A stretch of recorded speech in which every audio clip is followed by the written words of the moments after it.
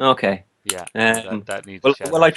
I try to give these other websites a good go every now and then, but I always try to almost find myself coming back to IGN more than often than other games, and I think it's really just down to kind of layout. I'm kind of familiar with the IGN layout of news and things at this stage, but anyway, I think IGN have actually done a pretty good job today with the news because they have a topic of the day which they've posted on the front page of the IGN website today, and it is called the most memorable boss battle. Ooh, And I want to talk. I was just is it wondering if this boss? I'm actually not Getting my looking at you. ass kicked. Oh, okay. So I would say that this boss is not on the list. Oh, Um, I'm just putting yeah, he seems to be dealing you some damage. yeah, Game over. sure is. Oh, yeah, So yeah, so I mean, memorable bosses. People who come to mind are Bowser, Ganondorf. Demon Uh, Pig.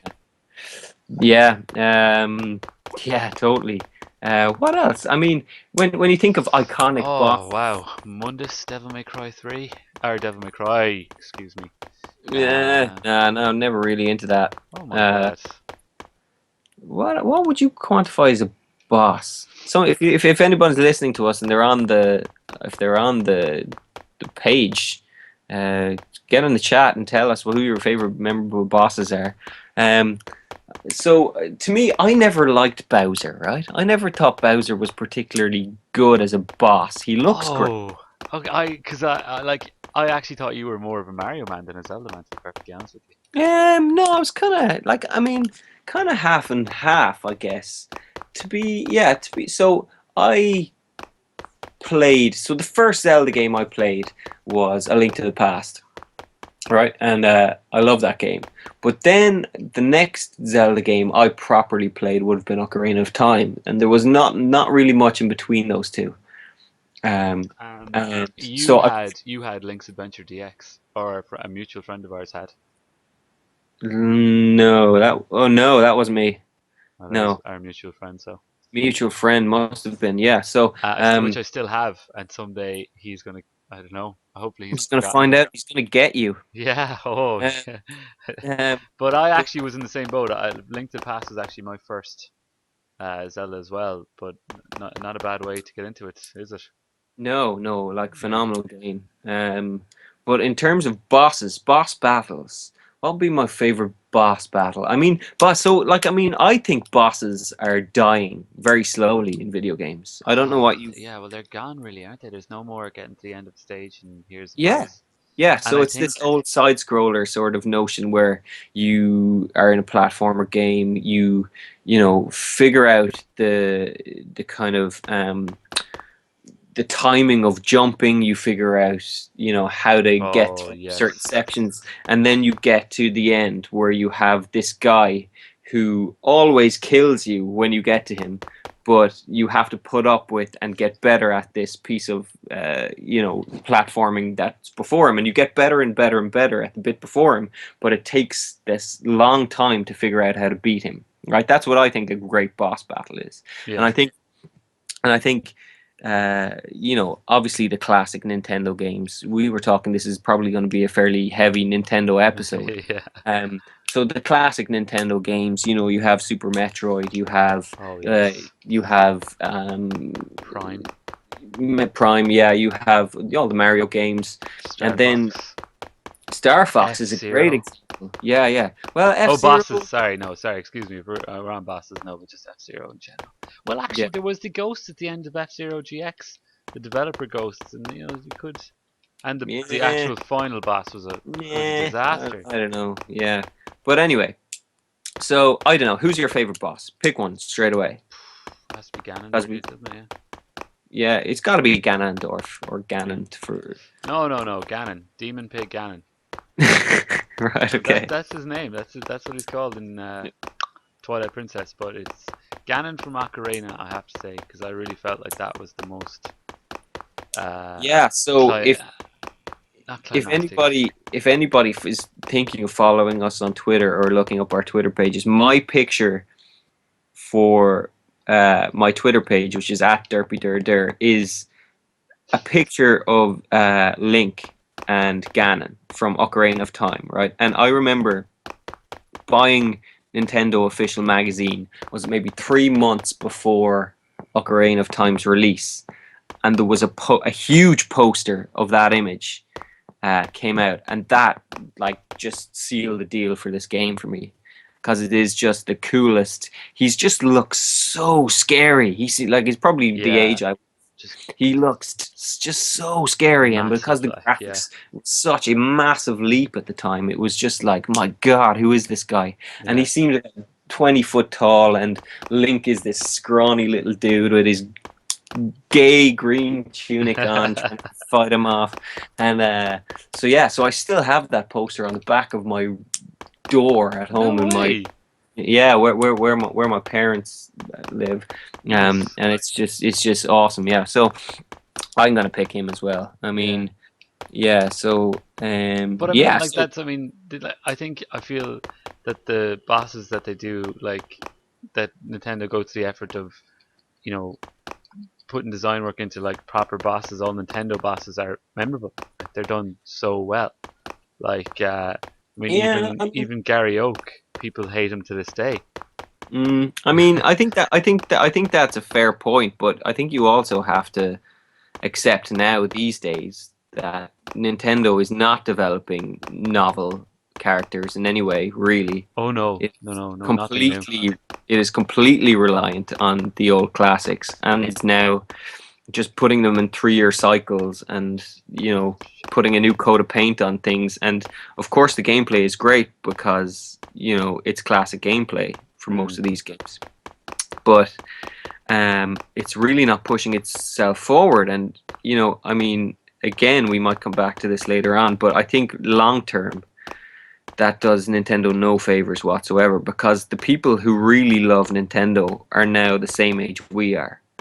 They're probably Agreed. in they're probably in their mid 20s, early mid 20s, uh, and of course, except for the masses of young people playing handheld. But Yeah, um, which but is I enough, really, isn't it? which is enough. I mean, it depends. It depends 3DS is what doing Nintendo. well, and we'll see next It's doing weekend. it's doing fantastically well, but it depends what Nintendo's aspirations are. Okay, Yeah, if Nintendo wants to compete with uh, Microsoft and with Sony, then it needs more. If it's happy being this smaller company, and again we'll come back to this later, then of course it's probably going to have enough long term, but um, they do need to reinvigorate themselves in some way, I feel. And I mean, if Nintendo was to go strongly into backing a new set of characters in a AAA game in a new environment in a Nintendo style, I would imagine that most of the existing hardcore Nintendo fans would love that and would back that instantly. it's a big Um, risk, though, isn't it? it's a big risk, but I mean, all you need to do is develop a couple of other games in the background which have the old classics and roll them out on the back afterwards. I mean, Yeah, it's not. Nintendo will always have those 3 or 4 intellectual properties that they'll be able to roll out and sell consoles out on. So, for instance, I bought N64 for Ocarina of Time. I oh bought yeah. I bought a GameCube for Wind Waker. I mean, No, they hold have on. No, no, no, no, no, no. N64, we both had GoldenEye. GoldenEye. Yeah, that's true. I did actually. That is very true. Yeah. Um. Yeah. Well. Yeah. We'll come back to this again later on in nostalgia and Nintendo. Mm. So yeah, let's talk about movies for a second. I think Oh, we're going doing the movie minute. it's the movie minute. Yeah. Okay, let's rock a movie minute. So movie minute. Well, movie minute. I think we should probably change the name of movie minute. I'm gonna get And movie quarter of an hour. no, no, no. I was thinking more of movie slash TV, some sort of an Oh amalgamation yes, as of because I think first, okay. So the big news today in kind of nerd culture, I guess, was Was it today or yesterday that the trailer broke? The trailer for Marvel's There was a Daredevil. teaser yesterday, I believe. A teaser, right? Okay. Yeah. So I've only just watched this before we came on air. And first of all, what do you make of Marvel sending property to Netflix in Well, general? I love it. Being a Netflix consumer, I love that this is on the way, and just the caliber of, say, House of Cards. I feel like, this could really, really, really be something special. Now, it Yeah, could be I a mean, complete a disaster. lot of people say that, and they're like, "Oh my God, Netflix is doing so great; they're making these amazing shows." And House of Cards is a fantastic show. And There's no, people love Orange is the New Black. they do, but they make a lot of shit as well. I mean, they Well, make what have they an awful. made? What have they made that's been shit? So they made the final season of Arrested Development, Oh which God, was yeah, no, that was bad. terrible. Yeah, yeah, okay. They made a show called Lilyhammer. I don't know if you tried watching. Oh, I haven't given this a go, but it's gotten to like season 3. I thought it was going to be good. Yeah, I mean the concept is kind of funny, but there are parts of it where you're just like, my God, what is going on? I mean, it's so anybody who doesn't know this, this is a story which is based off of Lil from, well, not effectively Lil from The Sopranos, right? Which is this guy Van Zant. I forgot his first name. The guy who he's an absolute superstar. I mean, this guy was an actor in The Sopranos. He plays rhythm guitar in Bruce Springsteen's band and tours every year with Bruce Springsteen. And now he, has his own show on Netflix show where he is this mobster from New York who went into witness protection, and what they agreed upon was that he could go anywhere in the world that he wanted to go, and he decided to pick this small town in Sweden, I think it is, called Lillehammer, purely because he enjoyed watching the Winter Olympics, which were held there maybe 15 years previously or something. And he liked the look of the town because of that. And he gets there and he realizes it's in the middle of nowhere. And he effectively, immediately when he gets there, he tries to find a normal job.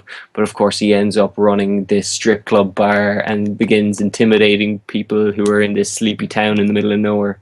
And there are quite funny parts in it, but it is pretty poor, I think, overall. Oh, it's a pity. But That was on my kind of queue to watch. yeah, so I mean, I definitely give it a go, right? Yeah, Definitely. But my point is that Netflix doesn't make solid gold. yeah. So Daredevil is a really beloved character as far as I can tell in the Marvel Yes. universe. Oh, yes. He is up there with Captain America, Iron Man, Thor. He has always been one of their mainstay characters. Yeah, yeah. He's And one of the so guys. and so that's why I'm quite surprised that they gave up this one to Netflix. Now I suppose maybe it makes a lot of sense in another way because the big broadcasters in America, they probably most of them already have a cut of this superhero pie at this stage. Yeah. But I mean, there are these shows now that, I mean, first of all, anybody who is a Marvel fan is now having to split their time up into maybe 4 shows, 5 shows. Well, depending on the quality, people won't mind. Yeah, I guess. I mean, I think a lot of people are watching all the DC products that are out there now at the moment. Like a lot of people are watching Arrow and Flash and don't seem to have a problem. They're just so happy. I mean, people like I don't watch kind of shows anymore, like that kind of serialized shows that aren't massive HBO um just things that everyone has to watch, sure. kind of like Sopranos and stuff like that. But I'd watch something like that again, like because I'm huge into Daredevil, and if it ticks all the right boxes, like if it's even halfway decent, I'm going to give it a go because Sure. I for one anyway, I'm kind of hungry for something like that, something decent. Yeah, and I guess the great thing about Netflix is they'll put the whole season up at once. Yes, If you like a couple of you episodes, can you watch can it over a watch. weekend. You can watch it over a weekend. You can love it. But the trouble is, we'd say, for a DC show like Gotham or something like Flash this, or Arrow. or yeah, you know, you're going to have to wait week on week. You know, the story has to be this. You can't have this